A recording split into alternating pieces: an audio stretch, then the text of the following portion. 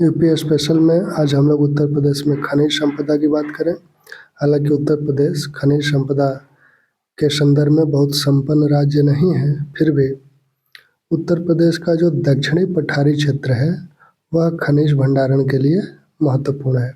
उत्तर प्रदेश के अधिकांश खनिज संपदा दक्षिणी पठारी क्षेत्र में मिलते हैं। भारत के कुल खनिज का लगभग 3% उत्तर प्रदेश में उत्पादित होता है। भारत के कुल खनिज का लगभग 3% उत्तर प्रदेश में उत्पादित होता है। भारत के कुल खनिज का लगभग 3% उत्तर प्रदेश में उत्पादित होता है।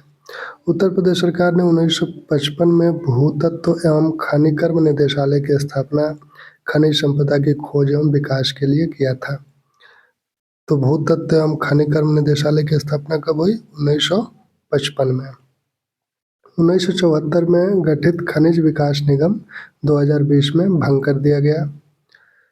1988 में प्रदेश में पहली खनिज नीति घोषित की गई थी, जिसमें प्रदेश के 12 जिलों को खनिज बहुल क्षेत्र घोषित किया गया। तो उत्तर प्रदेश में पहली खनिज नीति कब घोषित की गई? उत्तर प्रदेश में पहली खनिज नीति 1988 में घोषित की गई, जिसमें प्रदेश के 12 जिलों को खनिज बहुल क्षेत्र घोषित किया गया।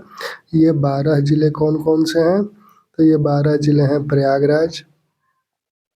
प्रयागराज, झांसी, सहारनपुर, मिर्जापुर, ललितपुर, जालौन, महोबा, सोनभद्र, चित्रकूट, चंदौली, बांदा, हमीरपुर।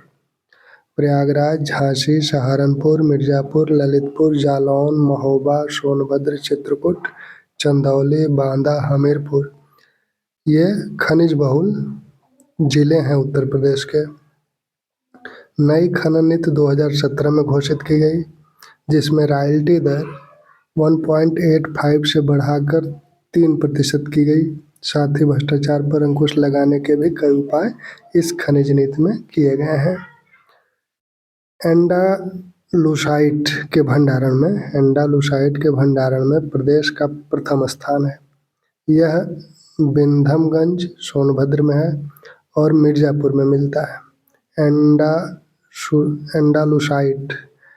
एंडालुसाइट के भंडारण में प्रदेश का पहला स्थान है। एंडालुसाइट के भंडारण में प्रदेश का पहला स्थान है। यह सोनभद्र के बिंधमगंज और मिर्जापुर में मिलता है।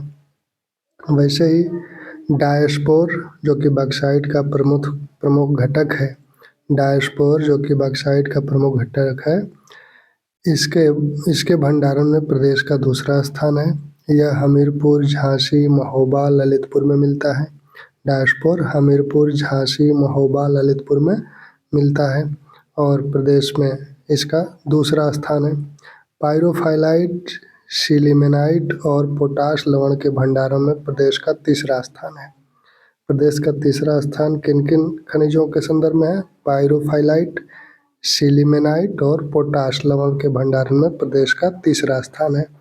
अब कुछ खनिज और वो खनिज किन किन जिलों में पाए जाते हैं उनको हम लोग देखें। जो महत्वपूर्ण खनिज हैं जो अक्सर पूछे जाते हैं उन्हीं की बात हम लोग यहाँ करेंगे। पायराइट यह मिर्जापुर और सोनभद्र में मिलता है। पायराइट मिर्जापुर और सोनभद्र में मिलता है। चाइना क्ले सोनभद्र और बांदा में मिलता है। हीरा बहुत ही महत्वपूर्ण है, मिर्जापुर और बांदा में मिलता है। हीरा मिर्जापुर और बांदा में मिलता है। सोना भी महत्वपूर्ण है, ललितपुर और सोनभद्र में मिलता है। यह शारदा और रामगंगा नदी के रेत में मिलता है। सोना ललितपुर और सोनभद्र में मिलता है। शारदा और रामगंगा नदियों के रेत से प्राप्त किया जाता है। तांबा ललितपुर के सोनराई क्षेत्र, अब ये भी पूछा जाता है सोनराई क्षेत्र कहाँ है, तो ललितपुर में है। ललितपुर के सोनराई क्षेत्र से तांबा मिलता है, बहुत ही महत्वपूर्ण है। ललितपुर के सोनराई क्षेत्र से तांबा मिलता है। यूरेनियम जो कि बार बार पूछा जाता है, यूरेनियम कहाँ मिलता है? यूरेनियम भी ललितपुर से ही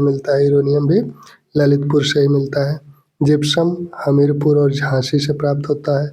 एस्बेस्टस का भंडारण झांसी के बड़ा गांव और मिर्जापुर में है। संगमरमर सोनभद्र और मिर्जापुर से प्राप्त होता